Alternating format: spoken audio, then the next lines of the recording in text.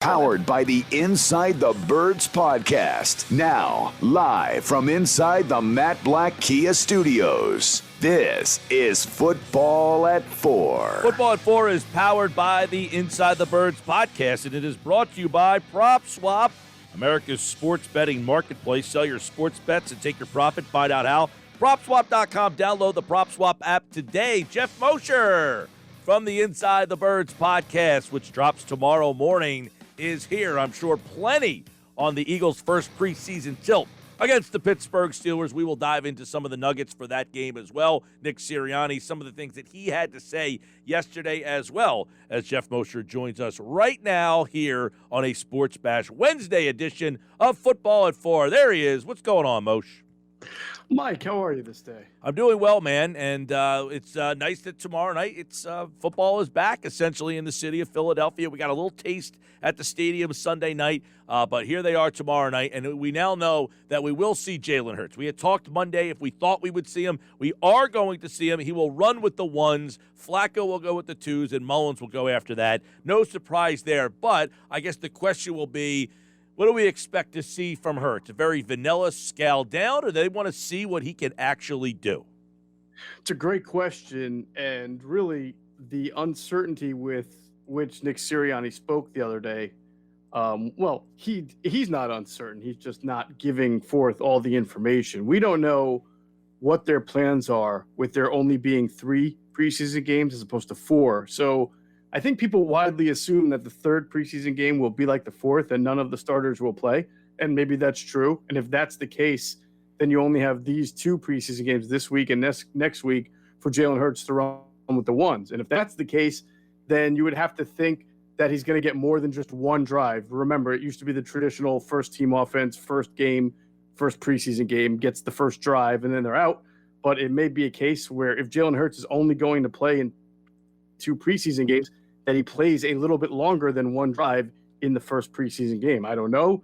He was not, coming forth with specific number of plays that anybody's going to play. And so I think it's a good thing that we'll see Jalen Hurts. I just wonder how much Jalen Hurts will see. Well, with Hurts being out there, you would anticipate that you're going to get the starting guys in terms of Mailata and Kelsey and Lane Johnson. We don't know, obviously, the 2 injured guys at guard, but you would anticipate Mailata, Johnson, and Kelsey are out there as well then?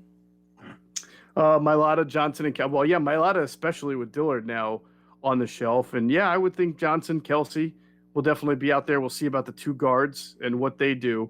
So I would think, Mike, just kind of educated guess here, maybe you'll see a quarter from the first-team offense, or at least from Jalen Hurts. Obviously, some of those other guys will mix and match from a receiver and tight end standpoint.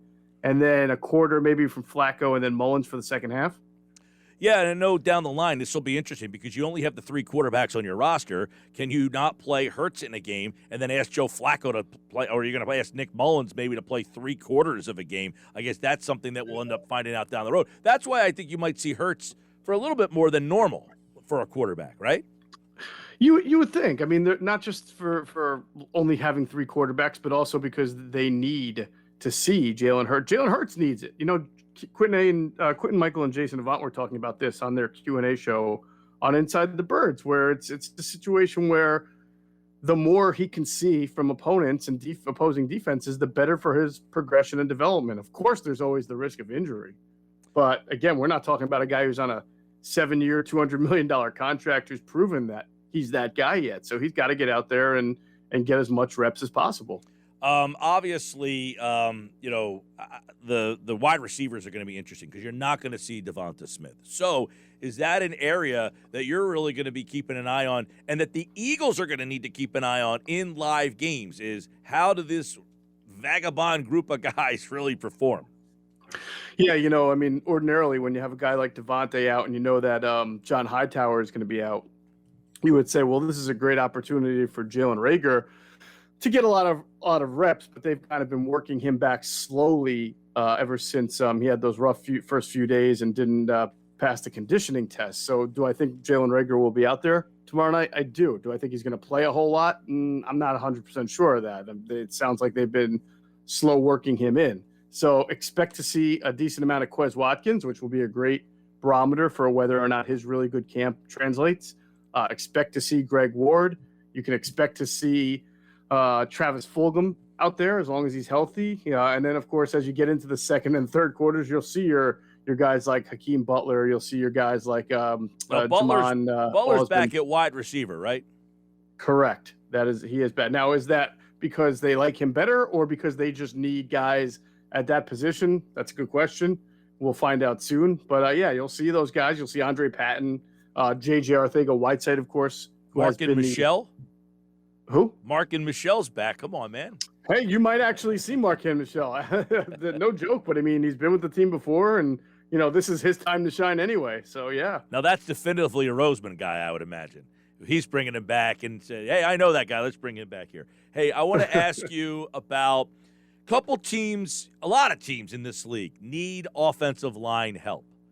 You would think the Eagles are on the speed dial list if you need an offensive lineman, right? Now, the Dillard injury might cloud that up a little bit. But do you think that it's a good possibility that a Dillard or Pryor or one of the depthful positions, I mean, even a Driscoll or a Herbie, because they got Landon Dickerson, do you think that if you need an offensive lineman, you are calling the Eagles, or that Howie Roseman says, hey, I have linemen, you have any interest?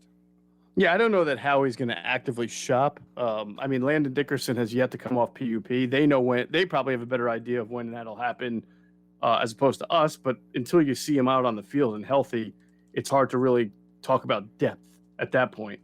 Matt Pryor is a guy who I agree you could probably get something for, but we're not talking about a third or a fourth round pick. And that's probably something that's likely to happen right before the cut-down date. They'll probably, and that's when it's not necessarily shopping, but every GM is talking about what's available and what's, what your excesses are and what your needs are. So I could see Matt Pryor possibly getting dealt before the deadline, but we're not talking about anything higher than a fifth or a sixth. I can't imagine. All right, here's a tough question to put you on the spot on, but you're a good, smart guy. All right, Geoff Mosher, Inside the Birds. If the Eagles did a player-for-player a la what they did, I get that they included a draft pick, and they might have to do that again, but if they trade like Jordan Matthews for Ronald Darby, if they were to trade an Andre Dillard or a Matt Pryor or a Zach Ertz and ask for a player in return, is there a position that you think that they would target? Perhaps safety. You're looking at a really thin safety core now. We don't know when Rodney McLeod's going to be ready. We just saw that Kavon Wallace is going to be week to week, which means the next man up is Marcus Epps. So you're looking at a Marcus Epps, Anthony Harris tandem if McLeod can't play by week one. If McLeod can, you're still looking at, Marcus Epps as your third safety. Not exactly as deep as they've been in the past. All right, we both said safety. I said the same thing, so we're on the same page there, Geoff Mosher. And maybe wide receiver, veteran wide receiver. Yes. Oh, veteran wide. Were you listening to me?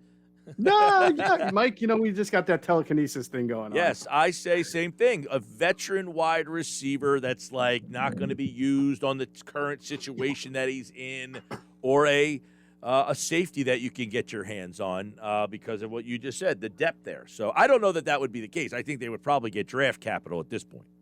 No, it depends on who you're talking about. I think a Matt Pryor for veteran wide receiver or veteran safety trade would make some sense because, at that point, you'd rather have the player than a fifth or a sixth round pick at a position that you could really use some bodies at. They did that. They've done that before. I think they traded a running back by the last name of Fluellen. His first name I can't remember. David when they got Fluellen.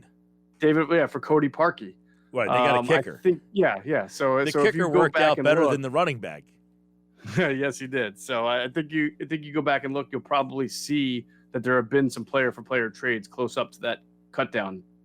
David Fluellen, good pickup by you. All right, so do you have interest in how the running backs will be used tomorrow night? And will that kind of, do they say, we've got this running back battle going, it's got to play out in these games, so let's see Kerryon Johnson, Jordan Howard, Kenneth Gainwell, Boston Scott. I guess Jason Huntley's involved too. Yeah, they've got a ton of running backs, so I would imagine Miles Sanders is going to be in and out of there pretty quickly.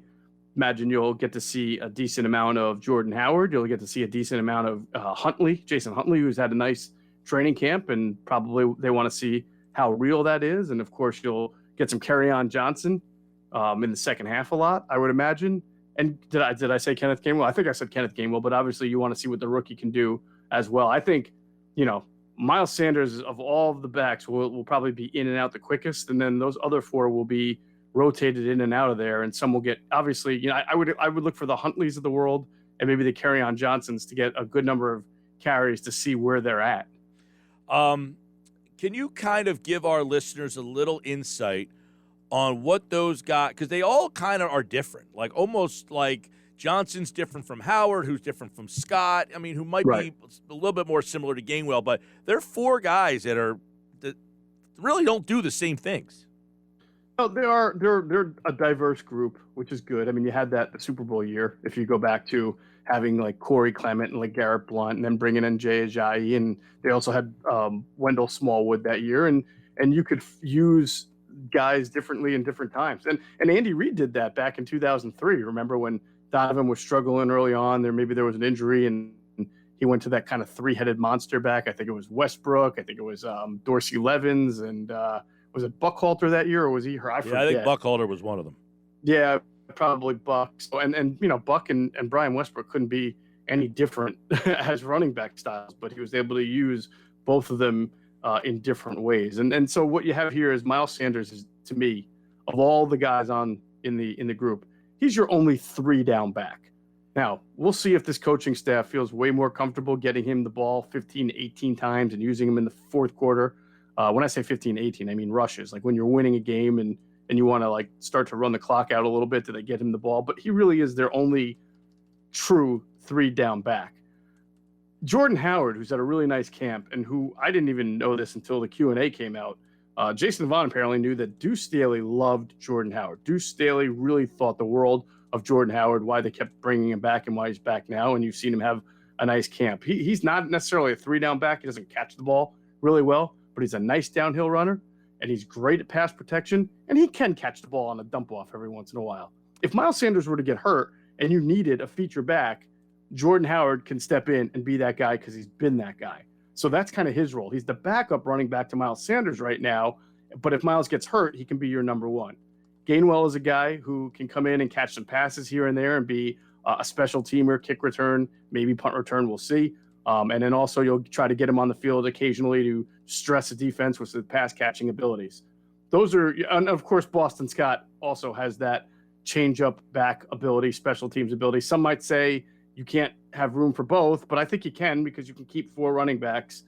Huntley, to me, is a guy who gives you kick return acumen. He really struggles in pass protection. That's an area he has to come along in. So it's great that he can catch the ball, but you're not going to have him in a whole lot of pass formations if all he can do is catch and he can't stay in the pass protect. And also when he runs, he tends to bounce it to the outsides a little bit more than usual. So he's got a lot to prove this preseason about improving pass protection and improving his vision as a runner. Yeah, I think that's an interesting one to watch, that running back, to see what Sirianni, who he favors, what kind of style of back, because I think that'll tell you a lot about his offense, what he's looking for from that spot. And then I guess the tight end stuff will be fluid and interesting. From what I've been understanding, you've been up there, is that Hurts has looked good throwing the balls to the tight ends, not as good throwing the balls to the wide receivers on the outside. Yeah, that kind of depends on what day it was. I mean, earlier in camp, it looked like there were times where he was having difficulty being consistent, getting the ball to tight ends. But that's camp. That's defenses. I mean, that being ahead of the offense, it's a mixed bag. I think these preseason games will give a good idea. I know there's been some talk about how he's not the tallest guy, Jalen Hurts, at like 6'1", I think he is on his best day. So he may not see the tight end as well as he sees the outside receivers. I don't know if that's true or not. Only he can, as far as having the tall offensive lineman in front of him. But I think that's what these games are for, to see how well he can distribute the ball and how well he can see the open targets. Right. I think Hurts is going to be fun to watch tomorrow. We'll see how he uses them. Is it going to be vanilla, or are they going to let him kind of go in the offense for a series or two? Then on the defensive side of the ball, I'm really interested to see, I know it sounds kind of weird, but the linebacker spot, because I'm interested with that whole – all right, so the unofficial depth chart comes out yesterday. They make Jannard Avery as the starting Sam, which they don't really use a starting Sam all that much. So what is the role of the Sam in this defense? Yeah, that's a good question. I think we're going to find out. I think that role is amorphous. And in some situations, I think it's going to be as a stand-up pass rusher, like when Jannard Avery's on the field. But in other times, when you're 3rd and 6 and you're in nickel, I wouldn't even worry about Mike Wilson. I would just worry about how many linebackers. Are you in 2 linebacker nickel, or are you in 1 linebacker dime? And I imagine if you're in 2 linebacker formations, it's going to be Eric Wilson. And you would think, again, we're talking about not rushing the passer with that second linebacker. It'll be a guy like Alex Singleton, as long as he can, guy's fresh off the COVID list. He's got like 1 or 2 practices under his belt. Now he's got to get into a preseason game. We'll see. We have a lot to learn about his fit in the defense, sort of. But we also know that when you look at this group of linebackers, based on what you've seen in the past, Alex Singleton probably belongs on the field somewhere. And if Jonathan Gannon's a good defensive coordinator, he'll figure that out and how to get Alex Singleton there, because he just doesn't have that many other great options. Davion Taylor on the shelf, Jacoby Singleton on the shelf, and Sean Bradley really not meant for that kind of a role. TJ Edwards is the guy to watch, Mike. That's a guy who has gotten some interesting run in the nickel while some other guys have been hurt. Last year, he lost a lot of weight to try to improve his coverage. Didn't really get the opportunity because Duke Riley did, alongside Nate Gary to start with, and then Alex Singleton. He worked hard this offseason.